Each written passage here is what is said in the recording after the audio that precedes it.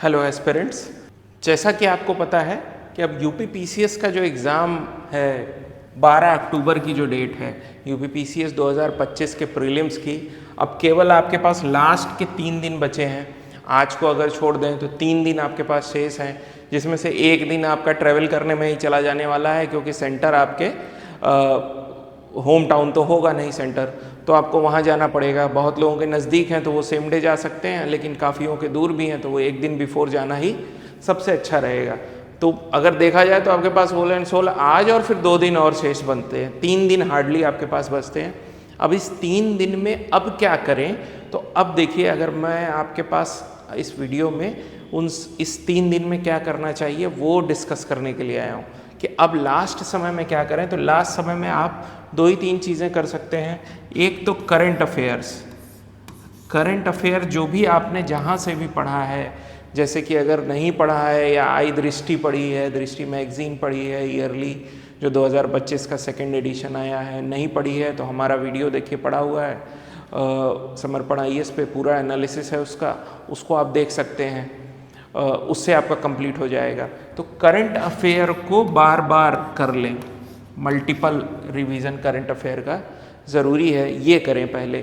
तो जो अगर आपने पढ़ रखा है तो उसका रिवीजन करिए, नहीं पढ़ा है तो पढ़ लीजिए, क्योंकि करंट अफेयर से कम 30 से 35 क्वेश्चन आएंगे।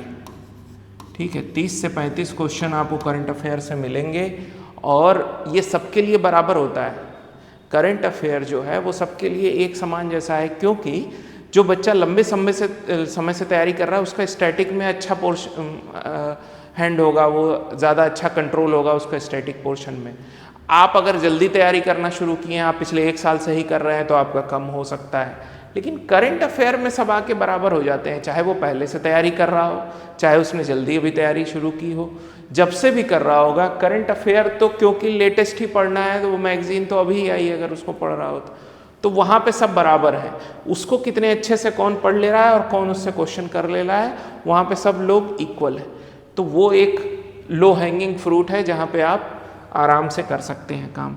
उसके बाद आपको मॉक टेस्ट लगाने की ज़रूरत है। अब मॉक टेस्ट जिसमें आप जीएस का भी लगाइए और सीसेट का भी लगाइए। अब यही आप कर सकते हैं, जो भी आपने पढ़ा है उसका रिवीजन करिए, एक जीएस का मॉक टेस्ट लगाइए, फिर रिवीजन, फिर उसकी एनालिसिस करिए, आपने देखा हो क्या गलत किया, क्यों गलत किया, आता हुआ कैसे गलत हो गया, उसका एक्सप्लेनेशन में देखिए कैसे वो फैक्ट्स एंड फिगर मिस हो गए, तो उसका एक्सप्लेनेशन आप देखेंगे, उससे फिर तैयार होगा। फिर दूसरा टेस्ट लगाइए, फिर तीसरा टेस्ट लगाइए। 3 दिन बचे हैं तो 3 टेस्ट लगा लीजिए, कम से कम 3 नहीं तो 2 तो लगा ही लीजिए। उसी तरह सीसेट का एटलीस्ट 1 या 2 टेस्ट लगा लीजिए, मॉक टेस्ट, उसमें भी आपको यही देखना है। मतलब क्वेश्चन आपने टेस्ट लगाया, जैसे एग्ज़ाम में बैठ के करते हैं, उसको 2 घंटे का टाइम लेके आपने उसको किया और उसके बाद उसको चेक किया आपने कि कहाँ मैंने क्या गलती की, कौन सा मुझे आ रहा था फिर भी मैंने गलत किया, कौन सा नहीं आ रहा था तो उसका भी ज़रा फैक्ट देख लें, क्या पता वही एग्ज़ाम में आ जाए तो वो कर लें। उसके लिए भी अगर आपके पास मॉक टेस्ट नहीं है तो समर्पण आईएएस के टेलीग्राम चैनल पे जाइए, वहाँ आपको 2 मॉक जीएस के और 1 सीसेट का मिल जाएगा फुल। अगर आप उसका एनालिसिस भी देखना चाहते हैं तो समर्पण आईएएस के यूट्यूब चैनल पे जाइए, वहाँ पे आपको उसका एनालिसिस एक्सप्लेनेशन मिल जाएगा, वहाँ से आपको मदद मिलेगी।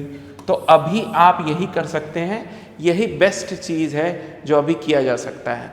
अब इसके बाद 3 दिन जब आप ये आपने कर लिया तो अपने माइंड को काम रखिए। एग्ज़ाम का प्रेशर सबको होता है, ठीक है। बहुत सारे लोग एग्ज़ाम के प्रेशर में अब डर के कि अरे मेरी तैयारी अच्छी नहीं है तो पेपर देने ही ना जाऊं, ऐसा भी कहते हैं। तो देखिए, अगर आप मॉक टेस्ट में 50% कर रहे हैं, ठीक है, तो आप पेपर देने ज़रूर जाइए, ठीक है। अगर आप 150 क्वेश्चन में से 20 ही 10 कर पा रहे हैं तब तो फिर आप अगर नहीं जाने का डिसीजन ले रहे हैं तो वो सही हो सकता है। लेकिन अगर आप 150 क्वेश्चन में से 70-80 कर रहे हैं और 60-65 सही भी हो रहे हैं तो आपको पेपर देने तो ज़रूर जाना चाहिए। ये नहीं सोचना चाहिए दिमाग में कि हम नहीं जाएंगे, हमारी तैयारी नहीं अच्छी, क्योंकि पीसीएस में अटेम्प्ट भी नहीं काउंट होते। तो आपको जाके देखना चाहिए, क्यों पेपर ईजी आएगा, फैक्चुअल ज़्यादा आएगा, कठिन आएगा, ये किसी को नहीं पता होता। ये जब पेपर आता है तभी सबको पता चलता है, ठीक है। तो पेपर देने ज़रूर जाइए। अब दूसरी बात, जब पेपर देने जाए तो कैसे जाएं, तो देखिए एडमिट कार्ड आपका आ गया है, एडमिट कार्ड को डाउनलोड कर लीजिए, हो सके तो उसका कलर प्रिंट निकलवा के जाइए ताकि आपकी फ़ोटो उसमें अच्छी सी आए। उसके बाद जो फर्स्ट शिफ्ट का पेपर है वो है 9:30 पे, 9:30 AM में फर्स्ट शिफ्ट का जो पेपर है वो है। तो यहाँ पे आपको पहुँच जाना है 8 बजे से लेके 8:45 तक आपको पहुँच जाना है। उसके बाद गेट बंद हो जाएगा, 8:45 के बाद एंट्री नहीं मिलेगी, ये उसमें लिखा हुआ है, जो नोटिस आया आपके एडमिट कार्ड के भी इंस्ट्रक्शंस में लिखा होगा। उसके बाद जो दूसरे शिफ्ट का पेपर होता है वो 2:30 बजे से होता है, सेकंड वाला जो CSET का है वो 2:30 बजे से है दोपहर में, ये AM है ये PM है। तो 2:30 बजे वाले में भी आपको 1 बजे से 1:45 के बीच में पहुंच जाना है, 1 से 1:45 के बीच में पहुंच जाइए, 1:45 के बाद एंट्री नहीं होगी। तो ये बात ज़रूर ध्यान रखिएगा। दूसरा, जब पहुँचे वहाँ पे तो क्या क्या चीज़ें लेके पहुँचे हैं, तो देखिए आपको एडमिट कार्ड जो है आपका एडमिट कार्ड वो तो लेके जाना ही है, उसका प्रिंट आउट, उसका प्रिंट लेके जाइए। दूसरा चीज़ आपको ID प्रूफ लेके जाना है, ओरिजिनल ID प्रूफ लेके जाना है। उसके बाद आपको ID का फोटोकॉपी भी लेके जाना है, फोटोकॉपी भी, ID का फोटोकॉपी भी लेके जाइए। और सेफ साइड अपनी 2 फोटो भी लेके जाइएगा, अपनी 2 फोटो भी लेके जाइएगा साथ में। इतनी चीज़ें ज़रूर लेके जाइएगा साथ में। और इसके अलावा पेन, आपको पता ही है कि आपको ब्लैक बॉल पेन लेके जाना है, तो पेन तो आप लेके जाएंगे, 3-4 जो भी आप लेके जाना चाहते हो वो आप लेके जाएंगे। इसके अलावा और चीज़ें मत लेके जाइएगा क्योंकि वो आपको अंदर कैरी करने नहीं देंगे, या तो आपको सबमिट करना पड़ेगा। तो ये एक लास्ट मोमेंट का आपको सजेशन है कि ये चीज़ें आप लेके जाएं एग्ज़ाम में, टाइम पे पहुंच जाएं। अभी 3 दिन क्या करें, करंट अफेयर रिवाइज़ करें, जो सब्जेक्ट पढ़ा था वो रिवाइज़ करें, और मॉक टेस्ट लगाएं, मॉक टेस्ट लगा के रिवीजन करें जो अपनी चीज़ों को आपने पढ़ रखा है उसको। तो current affair, mock test, GS CSET दोनों का ये 3 दिन में करिए, और अपना एडमिट कार्ड, ID प्रूफ, ये सारा कुछ निकाल के अपने पास रख लीजिए। सेंटर ध्यान से पढ़ लीजिए, कहाँ उसकी लोकेशन है गूगल पे देख लीजिए, और 1 दिन पहले ही पहुँच जाइए जहाँ पे, जिस भी डिस्ट्रिक्ट में, शहर में आपका एग्ज़ाम है वहाँ पे, ताकि सुबह 8 से 8:45 आप वहाँ पे प्रेजेंट हो सकें। तो ये लास्ट के सुझाव हैं मेरे लिए।